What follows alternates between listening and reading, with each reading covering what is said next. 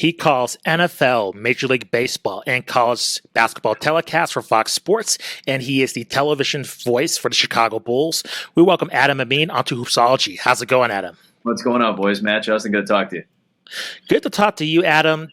I've been really pumped for this interview, a huge fan of your work, and it was quite a surprise when you were named the voice of the Chicago Bulls. I was like, awesome. I was like, this is sweet because I'm a huge Bulls fan. So just to hear you and Stacey King together as a unit, I was like, this is going to be a fun ride no matter how the Bulls are going to perform this season. So I want to get your assessment, Adam, in terms of like the road it took to become the voice of the Chicago Bulls in terms of how to come together, just what was the first phone call in terms of you presenting the opportunity, and then like kind of your first experience just doing your first play-by-play duties for the Bulls. What was that like? Yeah, I think I was as nervous doing the Bulls as I had been doing anything in my life to that point. It was November of 2018. I was in the midst of working at ESPN. I was in my, I think, 8th year at ESPN. I was coming from Ole Miss. I think I had a Saturday college football game in Oxford, Mississippi, and then had to get to Dallas that night to do my first Bulls game the next day against the Mavericks. So I remember that distinctly, but it wasn't my first Bulls game. The first NBA game I ever called was actually a Bulls game. It was for ESPN in December of 2016. And it was Tom Thibodeau coming back to Chicago as the head coach of the Timberwolves. This is when Jimmy Butler and Taj Gibson were still playing for the Bulls. Zach LaVine had a very good night for the Timberwolves at that point. So kind of fitting, in the long run that now LaVine is who he is playing for this team. And coincidentally enough, we're going to go see Thibodeau and Gibson and the Knicks on Thursday. But I had gotten a chance to do the NBA for a few years before I started doing any Chicago Bulls games. In the 18-19 season, Neil Funk had said that he wanted to take a little bit of time off and kind of step back a little bit and focus, maybe on just doing some home games and some easier road games. And, for somebody who's been doing this as long as he has, it's his prerogative. And we should all be so lucky to have that flexibility when we decide we want that. And the Bulls started looking around for just fill-ins. And there were a bunch of them. I was one of several fill-ins in that 18-19 season. Myself, John Sadak, Lisa Byington, J.B. Long, Jason Benetti. That's a small sampling. I think there were a few more in there mixed in. So, there are a lot of people that obviously would have loved to have any NBA job, and certainly would absolutely love to have a job like one in Chicago for, a top 3 market and, one of the most recognizable brands in professional sports. Obviously, it's a big deal. And over the course of that year and the following year, the COVID shortened season, that got suspended in March and then it obviously landed in the bubble. During that time, that year and a half, 2 years, period is when a lot of us were getting, I'll use the word auditioned for lack of a better term. And a lot of us had an opportunity to work with Stacey. And obviously all those people that I just mentioned are anywhere from capable to exceptional at what they do. And I'm just glad that I was part of the mix when it came down to actually needing a successor to Neil Funk. I was glad that I was one of the people who at least made enough of an impact and an impression on the crew and on Stacey in particular to kind of be asked if I wanted the job. And as soon as they asked me, I was in. I was 100% in. And once all the contract stuff got signed, it was great. Obviously, that was weird because that was right in the transition from the season being suspended into the beginning of the pandemic, into the bubble, and I was transitioning jobs. I was leaving ESPN, and I ended up being able to sign with both Fox Sports and the Bulls at the same time, which obviously was a matter of convenience and obviously a pretty big deal, just professionally and personally. So. Adam, we recently talked to Sean Grande, the radio voice of the Boston Celtics. One of the best to ever do this, by the way. And I know he'll never say that because he doesn't have an ego, but Sean is one of the best radio play-by-play guys to ever do this job. Agreed. And great MMA announcer as well. Absolutely. Just to add that in there. Bellator, I've heard a lot of stuff on that too. And he's got hockey. He's great. Yeah. Sean is one of the more underrated play-by-play announcers in the country. 100%. And when talking to him, he mentioned just the challenges that he went through in terms of kind of calling games remotely. And I just want to ask you with just kind of, everything that's going on with like the variants and just like we're in an unknown future. And as for yourself, like, he just talked about how there are struggles in terms of you can't do the job just remotely. It's you have to be actually in the arena calling the games. And I just want to ask you, just has any of the broadcast partners that you've worked with do they have contingency plans in terms of making sure that you're actually at the games, calling it in person, just in case there's any more weirdness going on with the pandemic? Because I just talking to him, he's just so passionate in terms of you just can't do your job effectively just calling it on a computer screen just thousands of miles away. You have to actually be there. So I just want to ask you, are there any kind of contingency plans in terms of, if things do take a turn in a weird direction, that making sure that you're given the best equipment and given the best chances to succeed every chance you're calling it a Bulls game or any other sport that you're doing? Yeah, definitely. I mean, we're still in a position where some of these games, not for the Bulls right now, but we're in a position where some of these games are still calling remotely. Now, in the NBA, we're very fortunate in Chicago. We're actually one of the few TV crews that's been traveling throughout the season with our full crew. And that may adjust as time goes on, and that may adjust next year. And we'll know, as time goes on. Like you said, Justin, there's a lot of unknowns where we're at right now. And that's part of the business of being in this business right now. You have to be flexible. You have to adjust. And I feel for a lot of the radio guys, because the radio people, for at least a good chunk of them, are not traveling right now. And a place like the Knicks aren't traveling the radio people. They're the number one market in the country and one of the more storied franchises. So it's surprising that they're not traveling. Chuck Swirsky, who does the radio for the Bulls, we're fortunate that he and Bill Wennington are traveling with the team.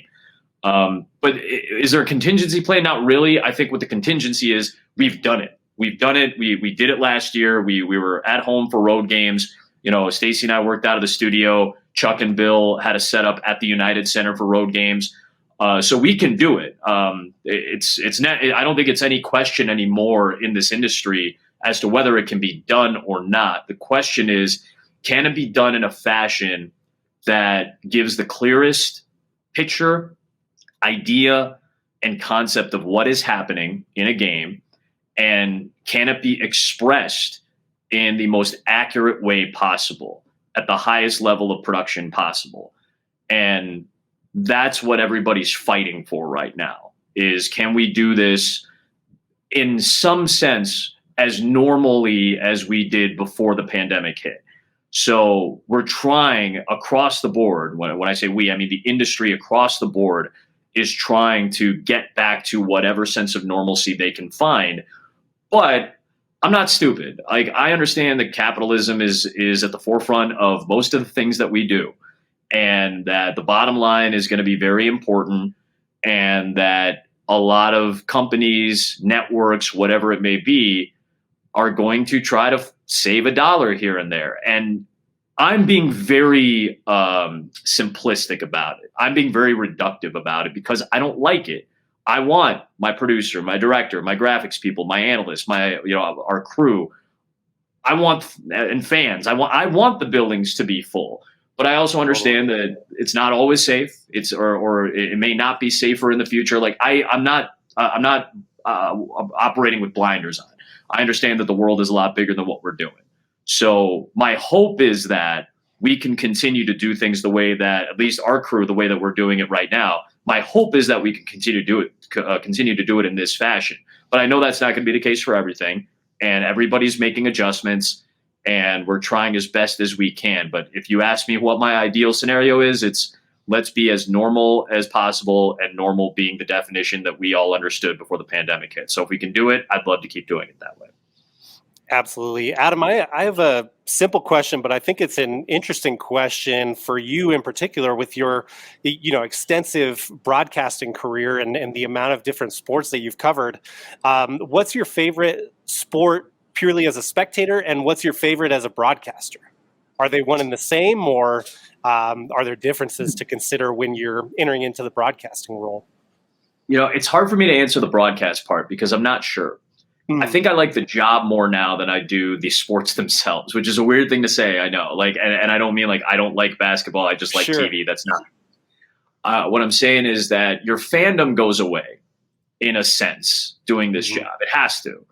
And there's parts of it, and obviously doing a local job for the team that I grew up with, like it's easier to kind of be a fan in that sense. And I am a fan, and I now I get to let a little bit of that out, but I'm still a liaison. I'm still doing a job. I can't be the same fan that you are sitting on the couch. I'm not allowed to do that, and I don't want to do that. Frankly, I don't like being a fan anymore that much. I think the emotional roller coaster of it is something that I really don't want to deal with anymore. I like my emotions coming out on the air and trying to be reflective of what's happening in the game. But my emotions as a fan, I feel like I've done the deed that you kind of have to do in this position of bottling that and suppressing that a little bit. So when I do get to go to a game as a spectator, I don't enjoy it as much because I like being in the booth. I like calling the game itself. I like being invested in it and knowing the ins and outs and the nuances of it. So I would say maybe baseball as a fan, going to the ballpark is still an enjoyable experience. If I'm with people, with my friends, we're enjoying the smells, the sounds, the atmosphere, the warmth of the weather. Like those days are still very enjoyable to me, but it's not, I don't enjoy spectating games the way I think I used to. In terms of calling games, I think whatever the next game is the most exciting thing. I have a Bulls-Knicks game and a Bears-Cardinals game this weekend, and I'm excited for both, but I'm locked in on the Bull. I'm watching the Knicks and Nets right now just to get a little quick sense of New York again and what they're looking like without Kemba Walker in the rotation. And I'm pumped for that. I'm pumped that we get to be at Madison Square Garden this week. And then I'm pumped that we get to be at home. I get to be in my hometown. I wake up in my own bed. I'm going to take the 2-mile drive to Soldier Field on Sunday and do a game there. Like I want to be as invested and present as possible in the next thing that's coming up. So like I said, my fandom's kind of dissipated, but my love for the job itself and the context of the sport that we're calling it in, like that still is really, really enjoyable for me. So I know it's kind of a roundabout answer, not exactly a specific one, but I think that's the best way I can describe it without having a real grasp for it.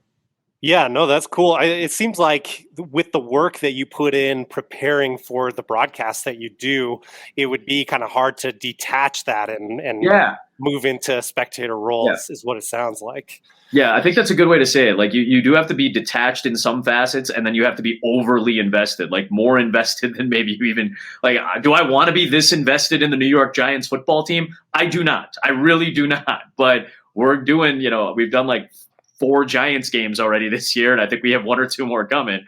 So like I have to be invested in the New York Giants. It's not an insult to the Giants or how they play. It's just why would I have? I have no connectivity to the Giants. So, I'm invested more so than some other people are because I want to be as prepared as possible. I always look at the home broadcasters, and obviously, I did a playoff series for Major League Baseball this year, and I wanted to be as dialed into the White Sox as Jason Benetti and as dialed into the Houston Astros as Todd Callis, the everyday TV broadcasters. I want to be as dialed into the Giants as Bob Papa, the radio guy, and I want to be as dialed into the Arizona Cardinals as Dave Pasch is, the radio announcer. I want to have at least that same knowledge base. I'm never going to have the exact same. They're obviously going to be way ahead of me, just the same way anybody who comes in to do a Bulls game isn't going to have the knowledge base that I do for this season because I'm there every day or just about. So I'm trying to do my best to be as locked in on those groups as possible every single week, just so I can show up and be able to say things confidently and know that I'm not BSing a fan who knows the team, or I'm not lying to somebody who is unfamiliar with the team. Do you think with the way that you prepare for the broadcast, and as you mentioned, like kind of being a little bit less of like a rah-rah type of fan, like yay, go Bulls fan, but rather objectively being great at covering the sport, does that make you in any way, have you noticed like a bigger fan of the sport of basketball, for example, as a whole? Like, do you think there's a different level there potentially? I do think so. And I think this might actually be a better answer to your previous question. I think the things about the 3 sports that I get to call, there's something specific about each one that really draws me. So baseball is the sport I grew up on. It's the one that I feel the most romance about. It's the one that I have the most probably emotional connectivity to. It's the sport that got me into broadcasting. Doing minor league baseball was my first real job in this industry. So that has that connectivity to me, the storytelling aspect of it and the drama of it, especially playoff baseball. So that aspect of it appeals to me. For football, it's the urgency. There is such a demand for the result of each game, and there's so much weight on each game. And obviously, it's the most popular sport in America. Like, people care, people watch. Anywhere from 3 to 10 to 15 million people are watching one of our games on Sundays, and that's important to this country. That's a cultural thing, and you're a small part of that. That's meaningful. The dramatics and the urgency and the care of it. And then for basketball, it's the adrenaline sport for me. It's the sport that I get to let loose the most. Obviously, being a local commentator for the Bulls and being an excitable broadcaster in general, I don't let that out as much on football or baseball, or at least the opportunities to do so are fewer and further between. So on basketball, especially in the NBA, it's a highlight-driven league. Like I said, I've grown up as an excitable broadcaster. I've kind of tried to temper that a little bit as to not go overboard, and obviously that's a battle every day, and I want to make sure that I'm appropriate to the energy of the game. But if the energy of the game is high, I'm going to try to match that, because I still, like I said, maybe I'm not as big of a fan as I used to be, but when I'm invested in the game and I've prepped and I know the ebbs and flows of the first 3.5 quarters, and now we've got 4 minutes left and it's a 2-point game, I'm invested, and I'm going to be invested for those minutes, and my voice and my energy. And I think, Stacey would say the same thing for both of us, for himself especially too. We're invested in the energy of those moments, and the NBA, more than any sport for me, and I would say across the country, but for me personally, I think it's such a highlight driven league, and it's such an adrenaline and energy league that really appeals to me. So I think, Matt, you're right in that regard for the NBA. Adam, could you just go over the chemistry you have with Stacey, and especially with this season as compared to other seasons? I believe with the Bulls, with the product on the floor, they're, I think, much more kind of a high-paced, high-energy team compared to their counterparts in the rest of the league. And I think your commentary reflects that compared to some other commentary in other local markets. So can you kind of explain that dynamic? Because I feel like you guys are just really having fun, and also the players it kind of reflects that. It's kind of like a mirror to what's happening on the court. And I think this is great to see in terms of how this team's performing, because your commentary matches what's actually happening with, Levine and DeRozan and Alex Caruso. It's just all that's blended into, to say, a great package, no matter even if the Bulls lose. Just hearing your guys' highlights every time on YouTube, it's just usually there's one or two just like great kind of exchanges between the two of you in terms of just going over a highlight. So can you kind of explain how that chemistry is between yourself and Stacey? Well, I mentioned that game in Dallas in November of 2018, and I remember walking in, and Stacey was just there, giving me a big bear hug. I think I was the first fill-in, if I'm not mistaken. So I wanted to tread very carefully because I didn't want to overstep my bounds, and I'm still in kind of a position, in a similar position. I don't want to overstep my bounds. I'm still learning. And I'm trying to figure out what my place is in this in this kind of space. But Stacey kind of welcomed me in a big way. It's a big bear hug, and I was welcomed in right out of the gate. And he did that with everybody, by the way. He was that open and understanding of the situation to the point where he was open with everybody. I mean, he was as supportive of Lisa Byington as anybody. And now look at Lisa. I'm not saying Stacey's the reason she has the buck shot, but she has it because she's awesome. But like, Stacey welcomed her and made her feel like, you're here. You belong here. They hired you. That means you belong here. And I'm going to make sure that we reflect that when you're calling a game with me. And he was the same way with Jason and John and JB and Kyle and Mark and everybody else that came in to do a game. He was like that with all of us. So I think that's inherent in him. He's a showman in the sense of like, he's an entertainer. He's a funny guy, as you all know, and you don't hear any of the stuff off the air. Like, you might hear a little bit of it if you listen to his podcast and things like that. But like, he is one of the funnier people I know. He cracks up the back of the plane. Myself and our production crew and some of the media people, like, we're always laughing because it's Stacey making us laugh. And everything that you get on air, that's who he is off the air in a little bit of a package. Like, yeah, he's not going to be as loose with on air as he is with me in the back of the plane. But like, it's his personality. It's him. Everything you see and hear is him. He was that type of player. He was a journalism major at Oklahoma, so like he really understood this space. But he was always a bombastic personality. He was funny. He was entertaining. Everybody liked him. So when he got into broadcasting, he wanted to do it the same way he'd always known. And people told him, no, you shouldn't do it this way. You gotta be more professional. You gotta be more polished. And he is those things. Like all the technical aspects of a broadcast, he understands and he navigates them as well as anybody. But he's gonna do it his way, and he's gonna do it as him. And I think you have to be an announcer when you work with big personalities. You have to let them be who they are. Otherwise, you're stifling something that could be really unique. And I think it's a little bit of an ego check. Now, I came in having done a few years of the NBA, and doing the NBA, I've worked a lot of radio, and being able to get the position I had at ESPN, I was the number 2 radio guy. So I did one of the conference finals series and a bunch of playoff games leading up to it and some TV playoffs. So like I had a really wide knowledge base of the current iteration of the league when I came in. And I think that put Stacey at ease as well, because I think I was probably the most experienced NBA announcer of the people that were auditioning for the job. So I'm sure that had something to do with it. But I already had this knowledge base, and I had worked with a ton of big personalities. I'd done games with Dick Vitale. And I mean, I if you can work a game with Dickie V and you understand that this is a special like unicorn like entity, you let him go and you fill in where you need to.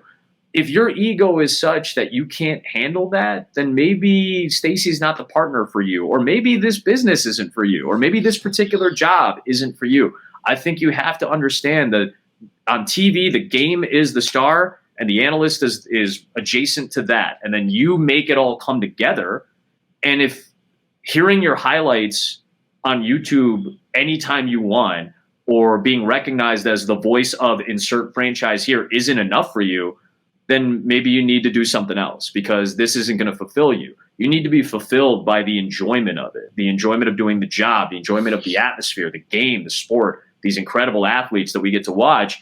And my job is to make sure that the guy next to me, A, is enjoying himself, B, is engaged in the game, and C, it knows he's going to have the space to do what it is that he is so good at doing.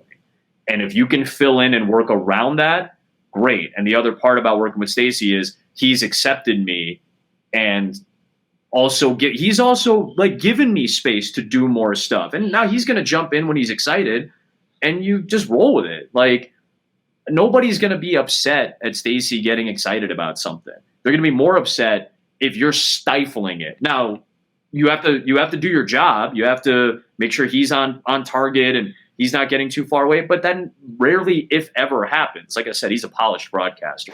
So long answer for that, guys, I know. But there's a lot of layers to why I think he's as good of an analyst as we have in the NBA. And by the way, it's not just catchphrases and yelling, excitedly when the crowd's going nuts. He's a true down to the roots XO basketball analyst. And we do a lot of that on our show.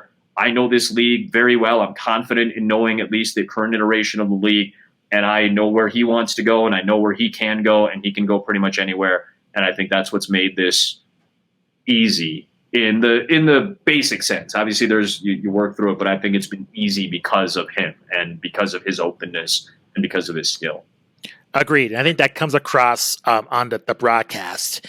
And I want to ask you, Adam, in talking with Sean again, he mentioned the fans. And when watching your broadcast, I feel like you guys do a great job of being excited. And, you walk that fine line of course, you're the hometown announcers for the Bulls, but it's pure, you're really objective. And I'm just wondering about the Bulls fan base, they're hardcore fans. I'm just wondering, have you ran into any delusional fans out there in terms of you're laying down some truth and being objective and calling the game correctly? But you know how fans are. They kind of see things in rose-colored glasses in some ways. So I'm just wondering, have you come across that so far in your experience this season? I would say it's come in a different fashion, though. I would say 1 out of every 5, maybe. I don't even know if it's that high of a percentage, to be honest with you. I think it's probably 1 out of every 8. that it's like 1 out of every 8 people who would say something to me or tweet something at me, which by the way, like I don't tweet really anymore. I just kind of gave it up. I'm on it because I monitor it obviously. And I see if people tag me once in a while, but like if anybody says anything, it's like 1 out of 8. They're like, why are you getting excited for the other team? And I'm like, if you can't get excited, Right. The other night, like Jalen McDaniels threw down like a hammer left-hand dunk on a really well-executed LaMelo Ball pick and roll. And if you can't enjoy that, or at least be impressed by it to the point where like your voice doesn't get up or you're completely flat, I don't know how you enjoy doing the games. Right. Like I don't know how else to do the games. And my justification for doing that here and operating that way here, I think if you're under the impression that I'm more happy that the other team is doing well, then I think you're delusional. I just do.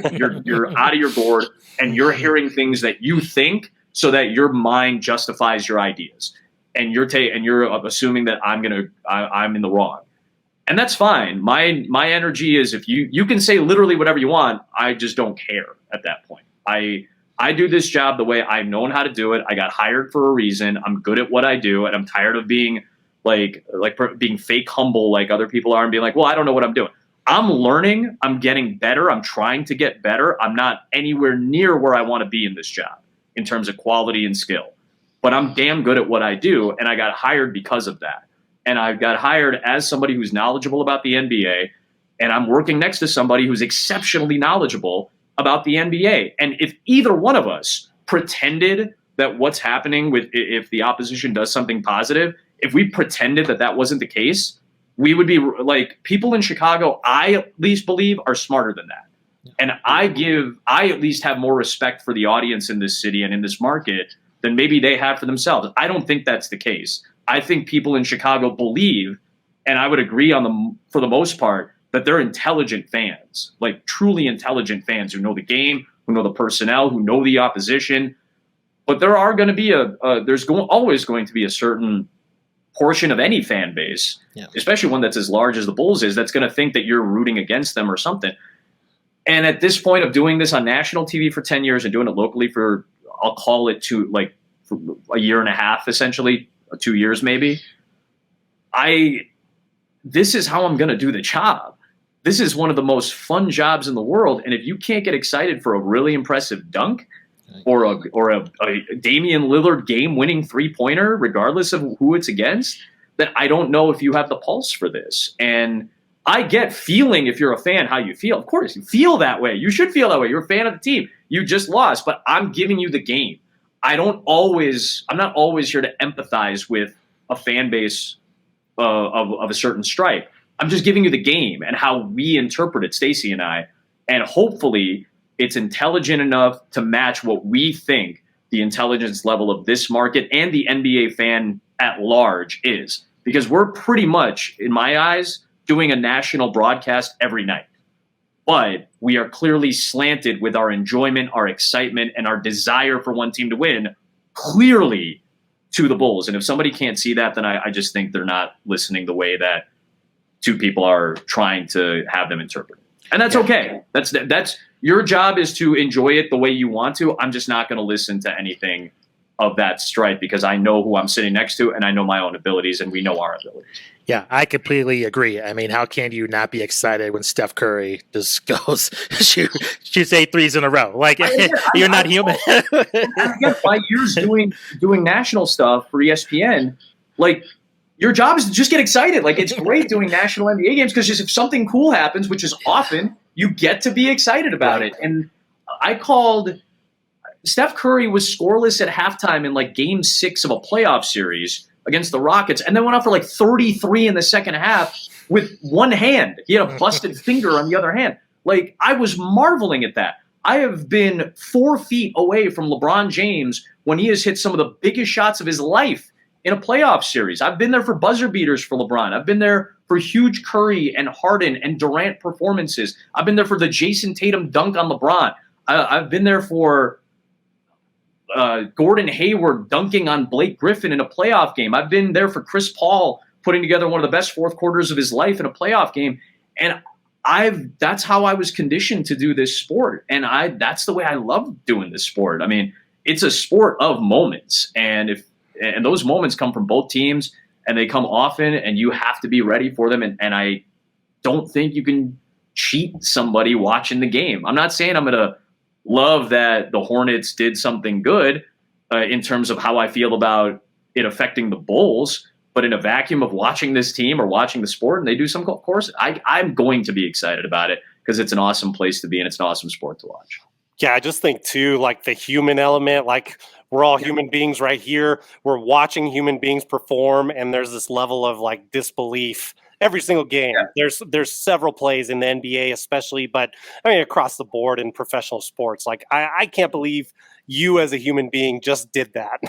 Yeah. I mean, that's why we like sports. I mean, people have always asked, like, what's the connectivity here? And I'm like, you, me, and 99.5% of the people on the planet cannot do the physical things that these groups of people do, whether it's Olympians, whether it's gymnasts, whether it's basketball players, football, whatever. I can't hit a ball 400 feet. I can't dunk a basketball. Am I more like, and think about this. The three of us, could we make a 25-foot three-pointer? Yeah, we can make one. I mean, we can't shoot 100 and make 45, but we can make one. So in our heads, it's like, all right, the three-pointer is cool. I can't make a 30-footer. I can't make a 35-footer. I can't do what Curry does. So when he does those things that are just marvels of the physical nature of the sport that he's playing, it's hard not to get caught up in that. The same way that when Simone Biles puts together an incredible performance on the mat, on the floor routine, you go, this is incredible. I can't believe a human does this. And that's the point. That's what sports are. It's marveling at the feats that are done physically by members of the same species as you and I are. And we just go, I can't do that. That's so cool that this person has the gift and the ability and the skill to do that. Adam, before we let you go, we got to ask you just what you think of the Bulls overall this season. Right at the top of the Eastern Conference, in that mix, that top tier in terms of elite teams. What's your opinion? I watched the Bulls when they came to town to face the Nuggets. Very high flying, very efficient with DeRozan, Levine, very clutch. Alex Caruso's been an awesome addition. What's your thoughts on this team? I mean, it's weird because in previous years, even through the Derrick Rose years and years prior to that, after the Jordan era, I won't call them like a flashy team to watch. They're very grind in terms of their defensive mentality, but I mean, honestly, I think they're one of the best teams to watch from a daily basis in the league. So, what's your opinion of this team, and where do you think their ceiling is heading into the Christmas break and heading into the All-Star break as well? I mean, obviously, when they got off to a hot start, there is some thought that maybe they have a ceiling as high as maybe like a number 3 seed. I said before the season, based on the iteration of the roster, and after seeing them in a couple preseason games, I thought, you know what? I don't know what Philadelphia is going to look like. I get the sense that Brooklyn and Milwaukee will probably be at the top when it's all said and done. You know, obviously Milwaukee's gotten off to a great run since they got healthier. Brooklyn's Brooklyn. They're playing great. But at the ceiling, yeah, there's a pipe dream out there that is not all that much of a pipe dream, but kind of, that they're the 3 seed. I think at worst they're a playoff team, and I mean that as a top 6 team. Because I think the way they've at least shown us that they're able to play through 20, 21, 22 games, whatever it is now, they should be at worst the 6th seed. They should be out of the play-in tournament. I think they're good enough on a night-to-night basis at both ends to justify feeling that they're good enough to at least be the 6th seed.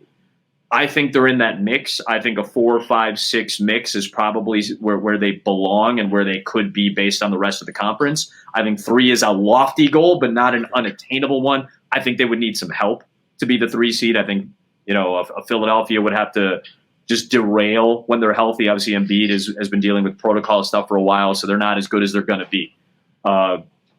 Even without Simmons, I think they're pretty good. I think Embiid himself and the roster they have around him, I think Tobias Harris is excellent. I think they play good defense. I think Seth Curry is in a revelatory season right now where he is a really good number 3 option. I think it's a well-built team. So the Bulls would need some help to get that high, but I think it's a reasonable expectation to be a 4 or 5, and I think it's a realistic expectation to be a 5 or a 6. Adam, this has been fantastic. Thank you very much for joining the show. Can you please let our audience know where they can find you on social media, what other products you're working on? Again, go over the games you're calling this week as well. This has been a fantastic chat. Thank you again. Thanks, guys. I appreciate it. I'm on Twitter if you feel like it. Like I said, I haven't tweeted in about 5 months, but I'm on it. I see what's going on. So if at worst, send a funny meme or something, and I'll enjoy that. But that's at Adam Amin. I'm on Instagram at Adam Amin. I do more on Insta than I do on Twitter now. And I work in all these Bulls games, and hopefully you run into us on League Pass or on NBA TV if we're on one night calling these games. So we got the Bulls and the Knicks coming up on Thursday.